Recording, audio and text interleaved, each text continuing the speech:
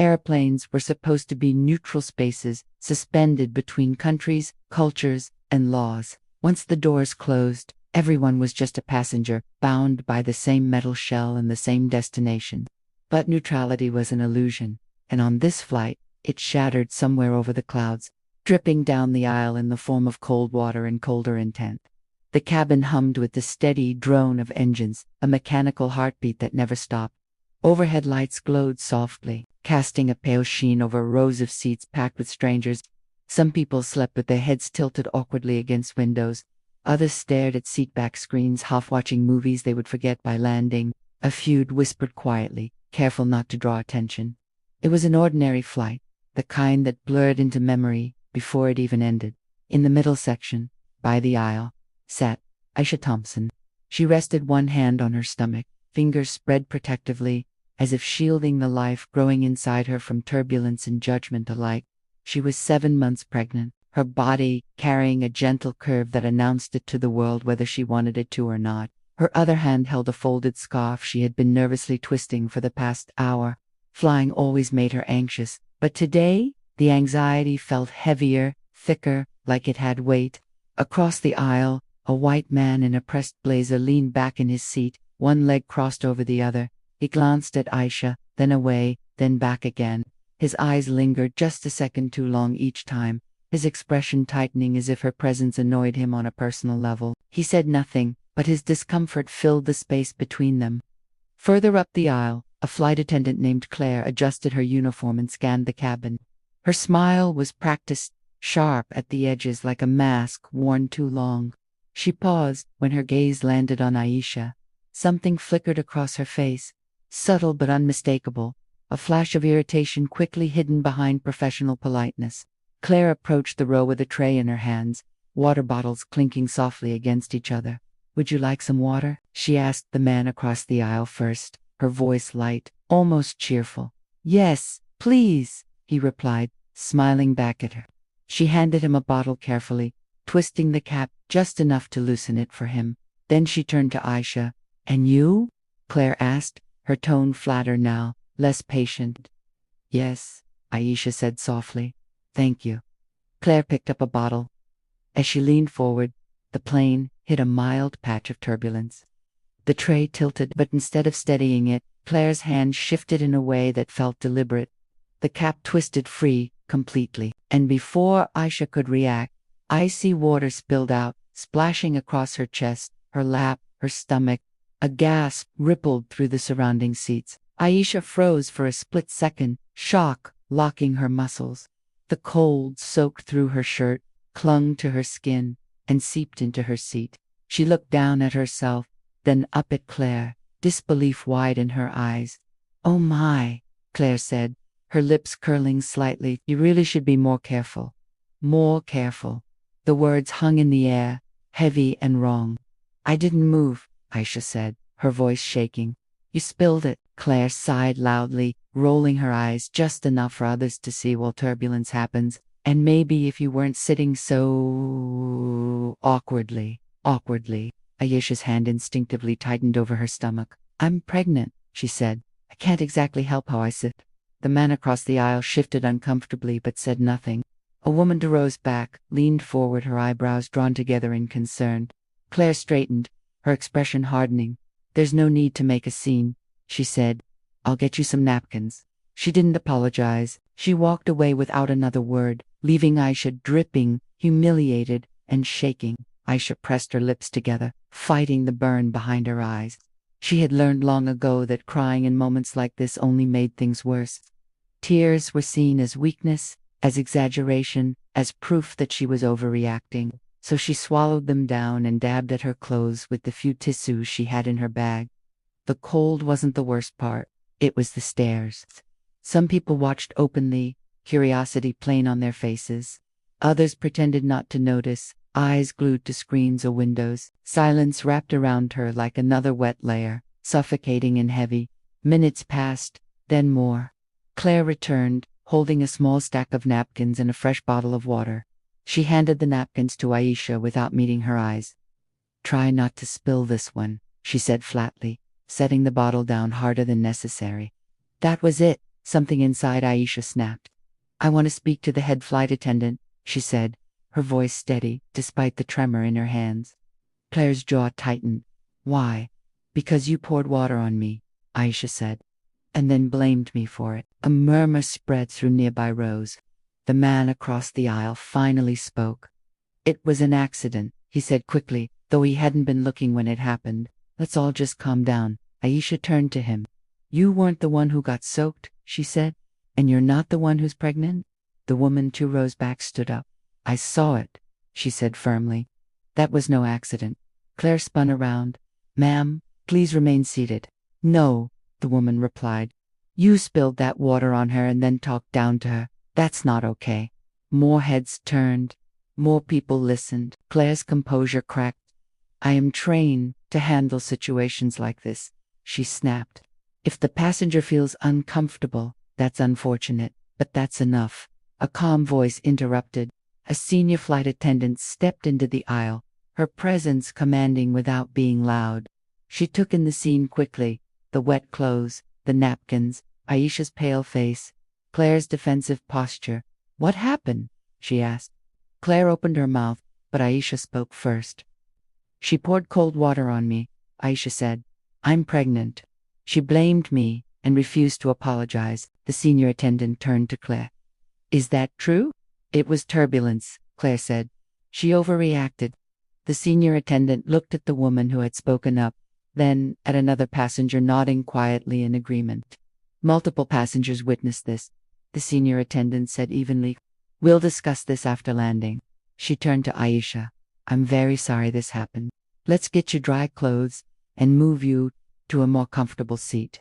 Aisha nodded, relief finally breaking through her restraint. Thank you. As she was escorted to a different row, applause broke out softly, hesitant at first, then stronger. It wasn't loud, but it was real. Claire stood frozen in the aisle, her face flushed, eyes darting around as she realized the cabin was no longer on her side. Aisha settled into her new seat, wrapping a blanket around herself. The senior attendant knelt beside her, speaking gently. Are you okay? Any pain? Dizziness? I'm okay, Aisha said. Just shaken. That's understandable, the attendant replied. You did nothing wrong. Those words mattered more than the blanket, more than the water, more than the seat change. You did nothing wrong. As the plane continued its journey, the tension slowly eased. Conversations resumed. Screens flickered back to life. But something had shifted. The illusion of neutrality was gone, replaced by an uncomfortable truth that many passengers would carry with them long after landing. Aisha rested her head back and closed her eyes. Her hand returned to her stomach, feeling a small, reassuring movement beneath her palm. She took a deep breath, steady and slow. She knew this wouldn't be the last time she faced something like this, but she also knew something else now. She wasn't alone. And silence, once broken, had a sound loud enough to travel even at 30,000 feet. The flight stretched on, hours folding into each other as clouds drifted past the windows like indifferent witnesses. Though the immediate tension had eased, the air inside the cabin still felt charged, as if the incident had left an invisible residue clinging to every breath. Aisha sat quietly, wrapped in the airline blanket, its thin fabric doing little to fight the lingering chill in her bones. Her clothes were still damp beneath it, but what lingered more stubbornly was the feeling of exposure. Even now, she could sense eyes flicking toward her, quick glances filled with pity, curiosity, or discomfort. She wondered which was worse. The senior flight attendant returned after a few minutes with a warm drink. Chamomile tea, she said gently. It might help you relax. Aisha accepted it with both hands. Thank you. Really. The attendant hesitated, then spoke more softly. I've worked this job for 15 years. I've seen small moments turn into lasting wounds. What happened to you matters, even if some people pretend it doesn't. Aisha swallowed hard and nodded. She wasn't sure she trusted her voice. A few rows away, Claire sat in the jump seat, staring straight ahead. Her earlier confidence had drained away, replaced by rigid stillness. She avoided looking toward Aisha's new seat. Whispers traveled faster than the beverage cart ever could, and she could feel judgment pressing in from all sides. For the first time on that flight, she was the one who felt watched. The man in the blazer shifted uncomfortably, replaying the scene in his mind. He told himself he hadn't meant any harm. He'd just wanted peace, quiet, no complications. But the image of water soaking through Aisha's clothes kept resurfacing, along with her steady, restrained voice. He wondered why he'd spoken up for the attendant instead of the woman who had been humiliated. The question gnawed at him, refusing to be dismissed. Two teenagers across the aisle whispered to each other, "Did you see her face?" One said, "Yeah," the other replied. She looked scared and mad, both. Why would someone do that on purpose? Neither had an answer. The plane hit another pocket of turbulence, sharper this time. The cabin jolted, and a few passengers gasped. Aisha's heart skipped, instinctively tightening her grip over her stomach. "It's okay," the senior attendant said quickly, steadying herself nearby. "Just a little bump." Aisha nodded, breathing through it, counting silently until the shaking passed. The baby moved again, a soft reminder of resilience, of life continuing despite discomfort. Tears finally slipped down her cheeks, silent and unstoppable now that the worst moment had passed. No one told her to calm down. No one accused her of overreacting. That alone felt like progress. Later, as the lights dimmed for the long stretch of night flight, the woman who had spoken up earlier approached Aisha's row. "I hope it's okay I come by," she said quietly. "It's okay," Aisha replied. "I just wanted to say, I'm sorry that happened to you, and I'm glad you spoke up. A lot of people wouldn't have." Aisha managed a small smile.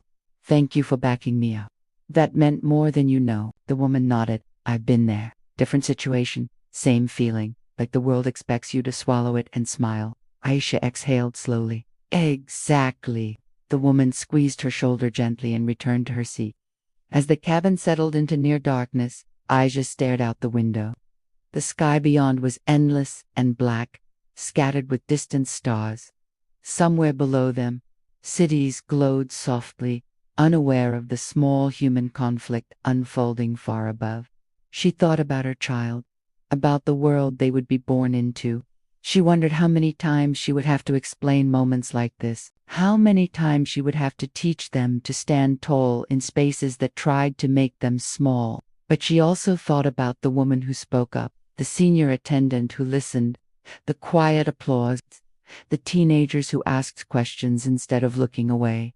Maybe the world wasn't changing fast, but maybe it was changing quietly in moments like these. Toward the back of the plane, Claire was finally approached by the senior attendant. "We'll be filing a report," she said calmly. "Multiple witness statements. The company will review it." Claire's mouth opened, then closed. "I didn't mean." "Intent doesn't erase impact," the senior attendant replied. "And tonight, your impact was harmful." Claire looked down, her reflection staring back at her from the darkened window. For the first time, she saw herself not as a professional in control, but as someone capable of causing real damage. The realization unsettled her more than any reprimand. Hours later, the captain's voice crackled over the intercom, announcing their descent. The cabin lights brightened slowly, revealing tired faces and restless bodies, preparing to return to gravity and reality. As the plane touched down, applause filled the cabin again, this time louder, more routine. But for Aisha, the sound carried a different weight. It meant arrival. It meant survival of something she had anticipated when she debuckled her seatbelt hours earlier. Passengers stood, stretching stiff limbs, reaching for bags. The man in the blazer hesitated, then turned toward Aisha. "I owe you an apology," he said quietly. "I should have said something sooner." Aisha looked at him, studying his face. "Yes," she said simply. He nodded, accepting that it was all she offered. When Aisha finally stepped off the plane, her feet touched solid ground with a sense of finality. The airport buzzed with its usual chaos, but she moved through it differently now, spine straighter, steps more deliberate. She hadn't just arrived at her destination, she had crossed something else entirely. And as she walked toward the exit, one hand on her belly, she knew this story would stay with her. Not as a wound, but as a reminder. That dignity could be defended, that silence could be challenged, and that even at 30,000 feet, truth had a way of landing hardened, being seen,